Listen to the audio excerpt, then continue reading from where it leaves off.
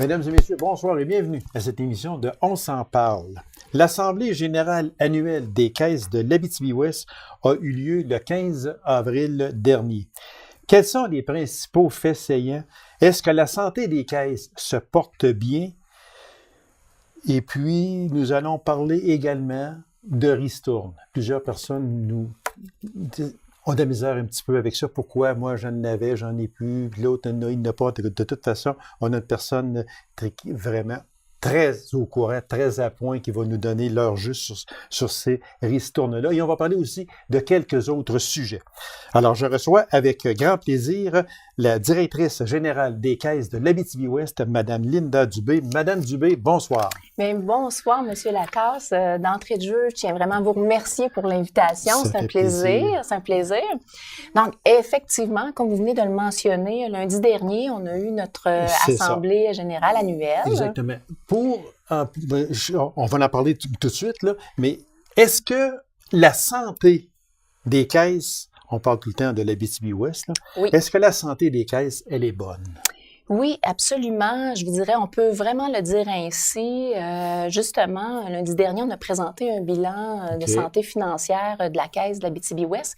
Puis, je vous résumerai ça sans embarquer dans une série de chiffres. Non, parce que des chiffres, on se perd dans ça, là. C'est ça, exactement. C'est ça. Exactement, oui. Fait que je vous résumerai ça rapidement au niveau de nos excédents d'opération, qui sont un indice d'une bonne santé actuelle. D'une bonne santé. On a 6,82 millions d'excédents d'opérations qu'on a annoncé à cette assemblée-là, qui est en fait en hausse par rapport à l'an dernier, où les excédents se chiffraient à 5,90 millions. Okay. Donc, au niveau là, de la santé des excédents, le bénéfice net, si on veut, oui, c'est ça. Ça va vraiment bien. Puis, je pourrais aussi peut-être vous ajouter au niveau de les dépôts des membres qui ont augmenté, l'utilisation des services au niveau des financements aussi, l'actif de la Caisse. Donc, oui, c'est vraiment sur une note positive qu'on a terminé l'année 2018.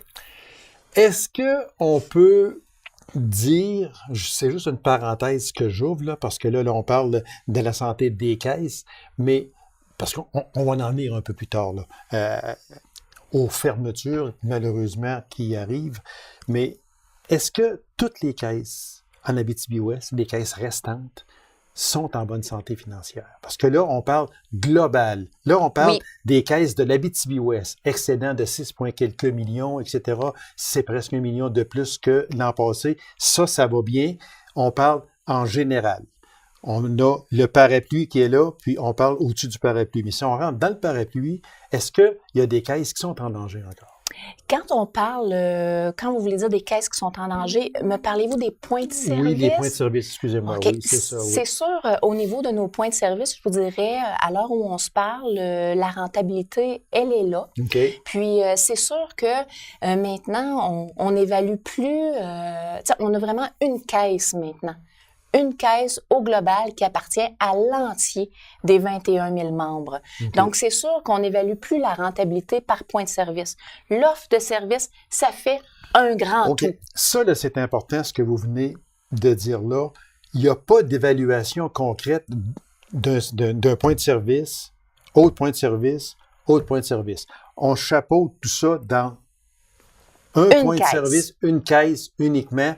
Exact. Caisse de l'Abitibi-Ouest. Absolument. Ça veut dire qu'il y a une caisse qui pourrait être moins rentable, mais par contre, l'autre l'est beaucoup. Oui. Fait qu'elle vient éponger un peu le déficit que pourrait faire cette caisse-là. Fait que c'est pour ça que quand vous nous donnez des chiffres et vous dites que la santé financière des caisses de l'Abitibi-Ouest, elle est bonne, elle est belle, c'est comme ça là, qu'il faut aller. Oui, c'est de la caisse. C'est ça. Donc, on s'entend bien, si on habite dans une municipalité, bien, l'entier du parc de guichets sur tout l'Abitibi-Ouest appartient aux membres de la municipalité. Okay. Donc, maintenant, les gens sont membres d'une coopérative qu'on dit la Caisse Abitibi-Ouest. Ça, c'est important de le dire. De le préciser. Et de le préciser. Ça, ce sont les bonnes nouvelles. Oui. Est-ce que selon l'AGA du 15 avril dernier, c'est sûr qu'il y a des bonnes nouvelles, mais est-ce qu'il y a des moins bonnes? On ne dira pas des mauvaises nouvelles, OK? On va parler de moins bonnes nouvelles. Parce que, ou peut-être qu'il y a des membres qui vous ont peut-être dit « Moi, j'aimerais que telle chose pourrait changer. Moi, j'aimerais avoir telle affaire qu'on n'a pas. Est-ce que vous avez des points à changer selon le dernier AGA? Je vous dirais, en lien avec le dernier AGA, puis je prends bien soin quand même de ne pas avoir mes lunettes roses au moment où on se parle, je vous dirais que nos faits saillants sont très positifs. Cette année, on va en parler tantôt. Au niveau de la ristourne, on a des excellentes nouvelles.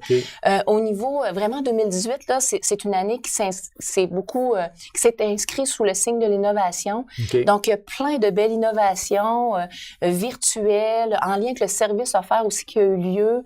On parle aussi de tous nos investissements dans le milieu à partir du Fonds d'aide au développement du milieu. Plus de 300 000 $ qui étaient retournés dans la collectivité pour des projets de toutes sortes.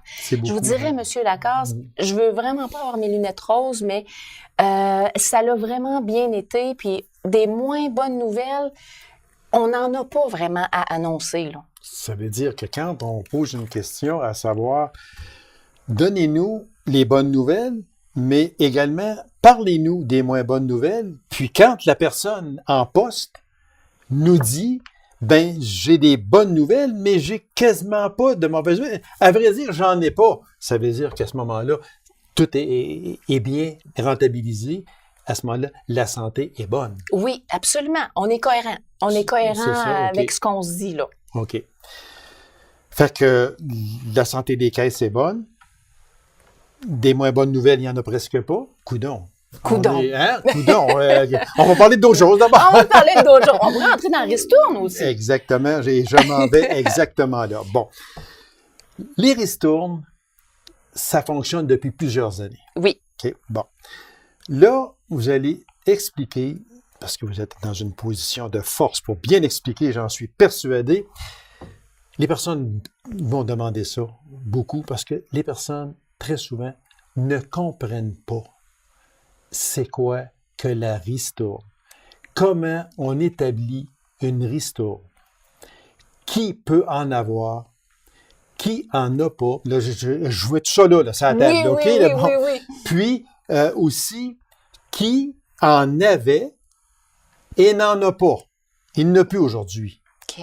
Alors, si on met tout ça là, dans le même panier, puis on tire un petit papier, là, puis qu'on dit « Expliquez-nous, les ristournes, c'est quoi exactement? » Les ristournes. Écoutez, c'est vraiment un grand plaisir pour moi de vous parler de ristournes. D'une part, parce que cette année, on a annoncé à notre AGA qu'on versait plus de 1,4 million en ristournes. OK, si on part un petit peu de quand ils vont en entonnoir, fait que 1,4 million de ristournes. Sur ce 1,4-là, on a un 250 000 qui va être versé au niveau du Fonds d'aide au développement là, pour les projets là, partout sur notre territoire. Maintenant, la ristourne, quand on parle de ristourne individuelle, comment ça fonctionne?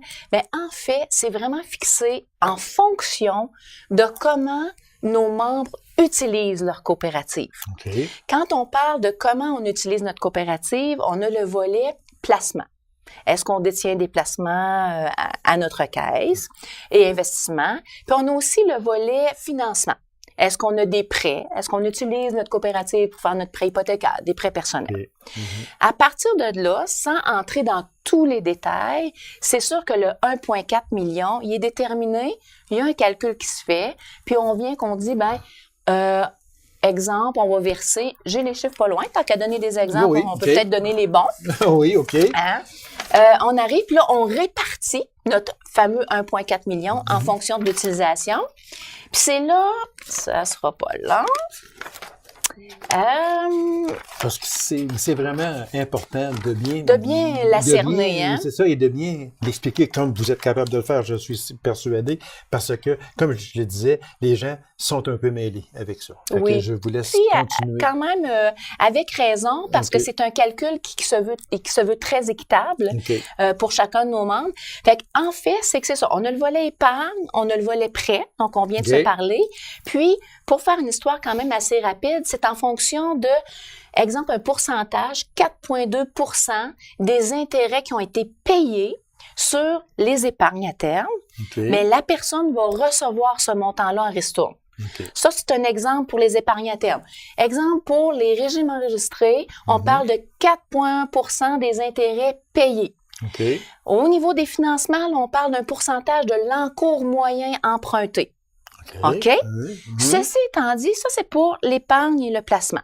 Fait que c'est calculé comme ça en fonction de ce qu'on a placé ou ce qu'on a emprunté. OK, c'est beau. La bonne nouvelle que OK, j'avais ça vient, vraiment hâte oui, OK. de vous parler, Oui, allez-y. c'est la bonne nouvelle et la nouveauté cette année. OK. C'est que notre grand mouvement Desjardins, après avoir consulté nos membres, ont pris la décision de changer un petit peu la répartition au niveau de la ristourne pour en faire profiter plus de membres. OK.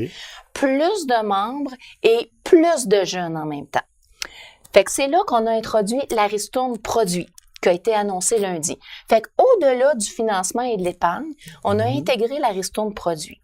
Donc, celle-ci se résume en le fait qu'il y a 4 familles de produits d'identifier. OK. On parle de la famille des comptes, la famille des prêts, la famille des financements. OK.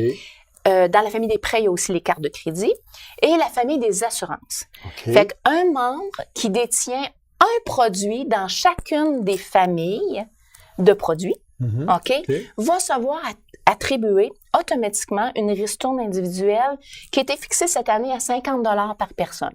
Ah, OK. C'est Fait beau. qu'un membre qui détient un produit, un beau 50 $ supplémentaire qui va être versé au niveau de la ristourne. OK. Puis, au niveau des jeunes, on sait que les jeunes de 30 ans et moins n'ont pas nécessairement besoin de tous ces produits-là. Donc, eux autres, ça va être dans 3 familles. S'ils détiennent un produit dans 3 des 4 familles, OK. ils vont se voir octroyer le fameux 50 $ de ristourne aussi. Le 50 $ en question, est-ce que c'est un maximum?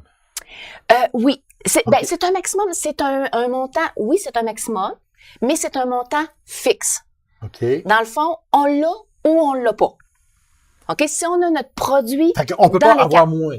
On n'a pas. On a 0 ou on a 50. C'est ça? oui, OK. oui et non. OK. Parce que c'est oui en fonction des produits dans les 4 familles, mais advenant le cas où quelqu'un aurait atteint son 4e produit à mi-année. OK. Fait que là, c'est sûr qu'il va y avoir un petit calcul de fait. Fait que si quelqu'un a ses 4 produits à mi-année, il pourrait se voir octroyer un 25 $ au lieu de 50. OK. T'sais, mais si quelqu'un a un produit dans une famille, il n'a pas accès aux 50 $. Le déclencheur, c'est un produit par famille. 2 produits. Entre autres, sur carte de crédit. Oui. Ça, je pense que c'est vraiment nouveau. Est-ce que je me trompe? Oui, c'est Bon, nouveau. OK. Avant, il n'y avait pas de ristourne au niveau des cartes de crédit. OK. Bon. Comment va s'effectuer, parce qu'il y en a plusieurs qui ont des cartes de crédit Desjardins, bon, Oui. comment va s'effectuer ce calcul-là? Est-ce que c'est par le montant que tu dois sur ta carte de crédit ou bien non, si c'est ce que tu peux aller sur ta carte de crédit, comment ça va se...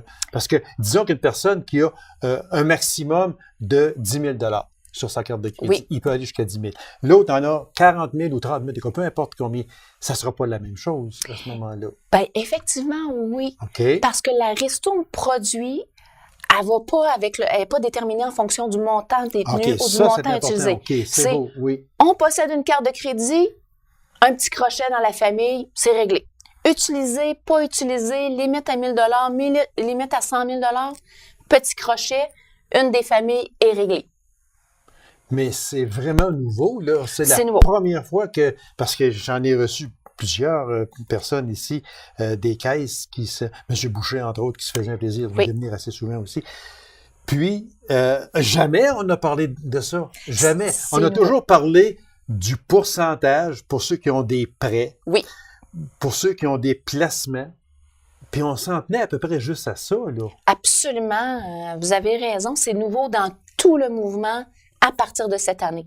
En fait, le mouvement Desjardins a ouvert une voie des membres. OK. On a écouté 4000 membres qui nous ont demandé de reconnaître la fidélité, la loyauté des membres OK.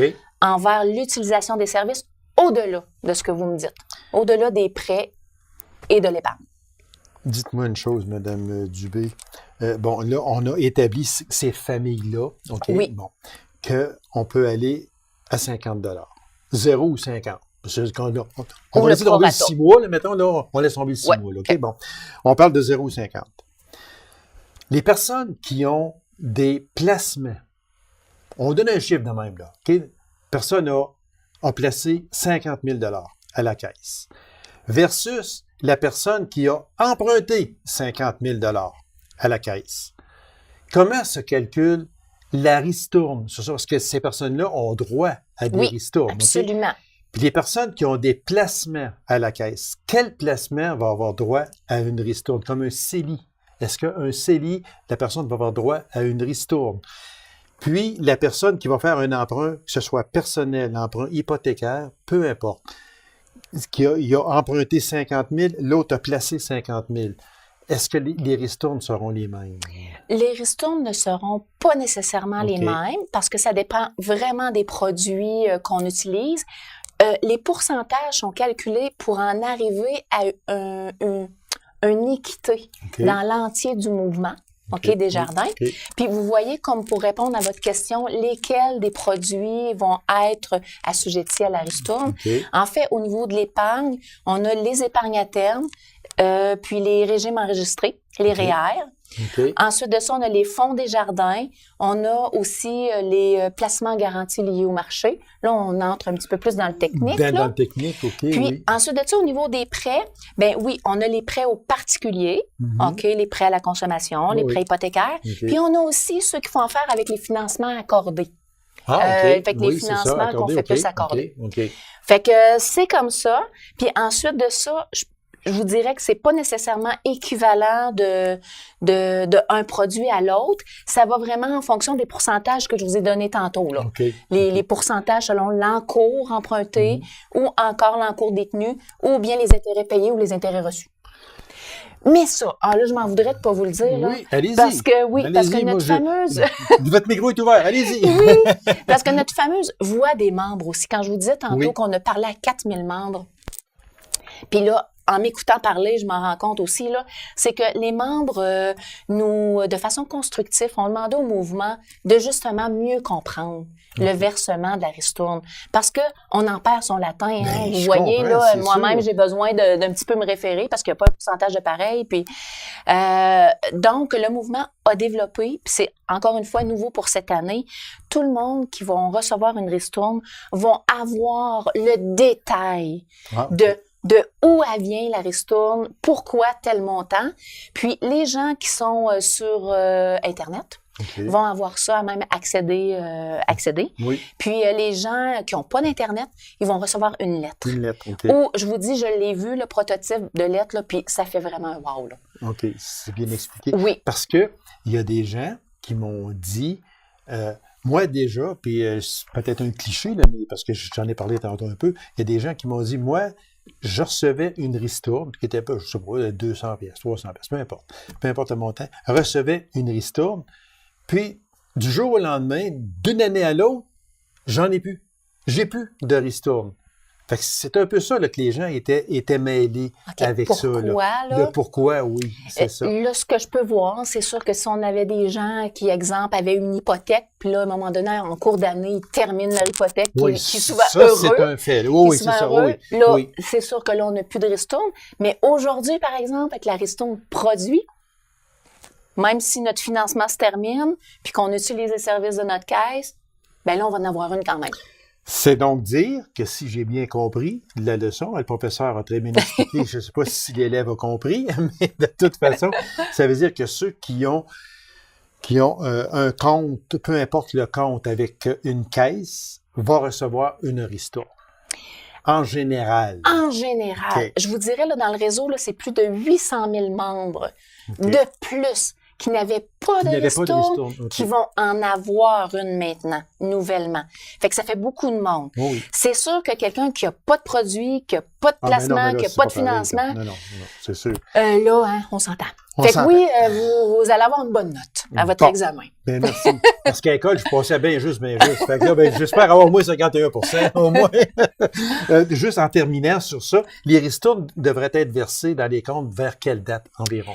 Ça va se passer en 2 semaines. Là, il me semble, là, sous toute réserve, que c'est fin mai, début juin. sans aller dans les Oui, détails, là, mais simplement que les gens qui auront droit à une ristourne, puis il y en a beaucoup de cette année avec cette Oui. fameuse famille nouvelle, Oui. ce sera vers la fin mai, début de juin, c'est déposé automatique dans leur compte. Avec la petite avis dont je vous parlais, là, Exactement, qui va être envoyé. Fait que les ristournes, la santé va bien, les ristournes vont bien. Maintenant, j'aimerais qu'on aborde très vitement quand même les nouveaux guichets automatiques. Oui. Qu'est-ce que ces guichets-là ont que les autres n'avaient pas? Oui, bon.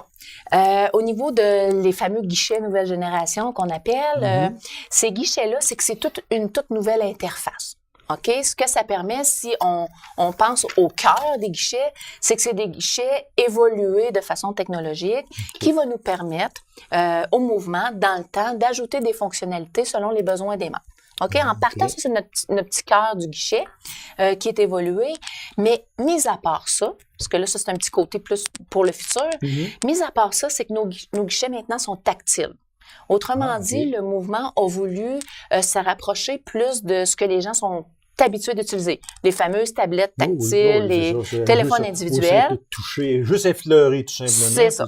Fait qu'au niveau de nos nouveaux guichets, tous les nouveaux guichets qui ont été installés, les 6, en fait, sur le territoire, sont tactiles. L'autre grande nouveauté qui vaut la peine d'être signalée, c'est que maintenant, on peut déposer au guichet automatique sans les enveloppes. Donc, jusqu'à 75 effets, on arrive, fait que les billets, les chèques, donc on arrive avec notre pile de chèques, puis on peut l'introduire dans le guichet automatique sans avoir d'enveloppe. Le guichet le calcule seul, puis là, il nous demande de confirmer le montant à déposer. Fait que c'est principalement, je dirais, le tactile, les dépôts sans enveloppe, puis des fonctionnalités qu'on va pouvoir ajouter dans le temps. OK, on est rendu là. On est vraiment rendu là. Les autres étaient désuets, là, plus soutenus. Oui, c'est ça, exactement. On pouvait plus Est-ce les que garder. ces fameux guichets-là, est-ce que ça va en venir à être installé dans toutes les caisses de l'Abitibi-Ouest ou bien non, c'est juste dans certaines caisses? Au niveau des guichets automatiques, le renouvellement du parc de guichets y est fait. OK, parce qu'on avait 8 guichets. Puis là, maintenant, on était tenu de prendre des décisions. Est-ce qu'on ne pouvait pas conserver les anciens? Fait que là, il fallait prendre la décision, est-ce qu'on remplace le guichet par un nouveau ou pas? Puis c'est là que la décision a été prise là, par les élus, hein, le conseil d'administration de la Caisse, d'en remplacer 6 sur le territoire sur 8.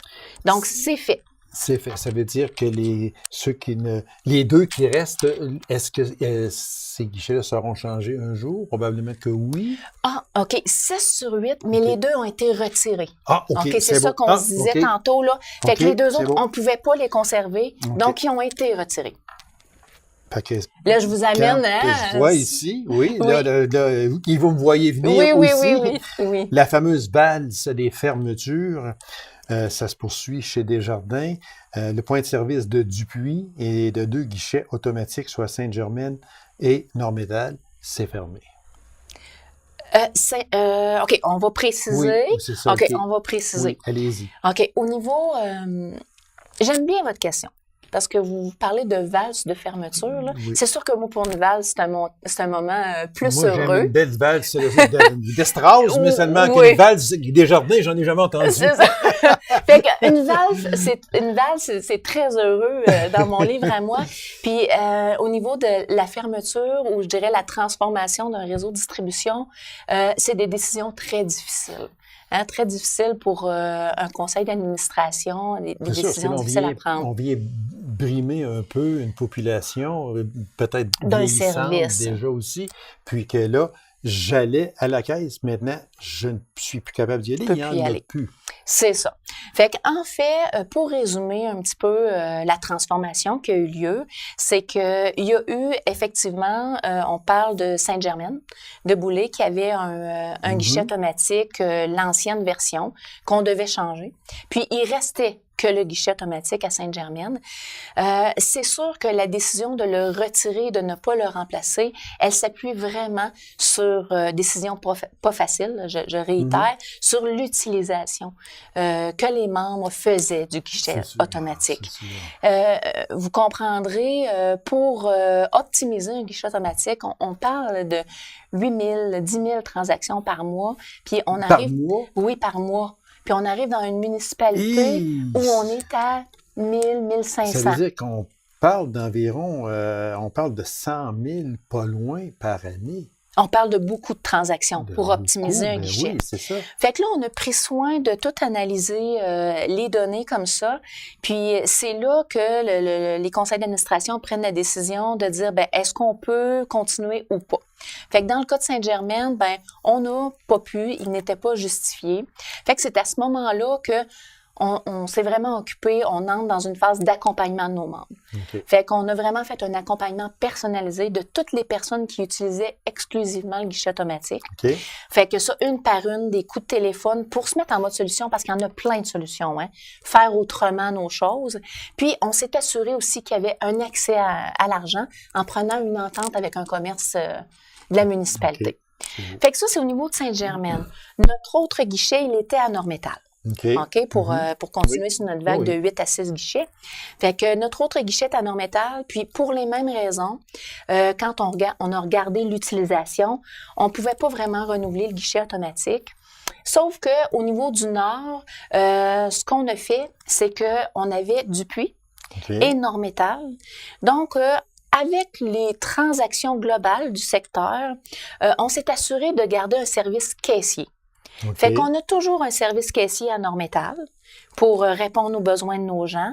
On s'est aussi assuré d'avoir un accès à l'argent avec une entente avec un commerce à Nord-Métal parce qu'on retirait le guichet aussi. Okay, pour qu'on soit clair. Puis, au niveau de Dupuis, bien là, il était plus justifié, en fonction toujours de l'utilisation, de garder le guichet et d'abolir le service caissier. OK? Fait qu'en fait, dans l'axe nord, en résumé, c'est qu'on s'est retrouvé avec un service caissier conservé, puis un guichet automatique. À proximité. À proximité. Fait que c'est ce qui fait un petit peu le tour de nos guichets automatiques. En terminant, le temps passe très vite. Oui. En terminant, est-ce que c'est dans l'optique des caisses d'Abitibi-Ouest de devoir faire d'autres fermetures prochaines? Je vous ramènerai, M. Lacasse, je vous dirais sincèrement que non. Ce n'est pas dans notre optique. Toutefois, le conseil d'administration se fait vraiment un devoir à chaque année d'évaluer l'entier de comment sont utilisés les services, parce que ça, c'est notre, je dirais, notre meilleur signe pour savoir ce que les gens veulent et ce qu'ils ont besoin. Fait qu'on évalue les transactions.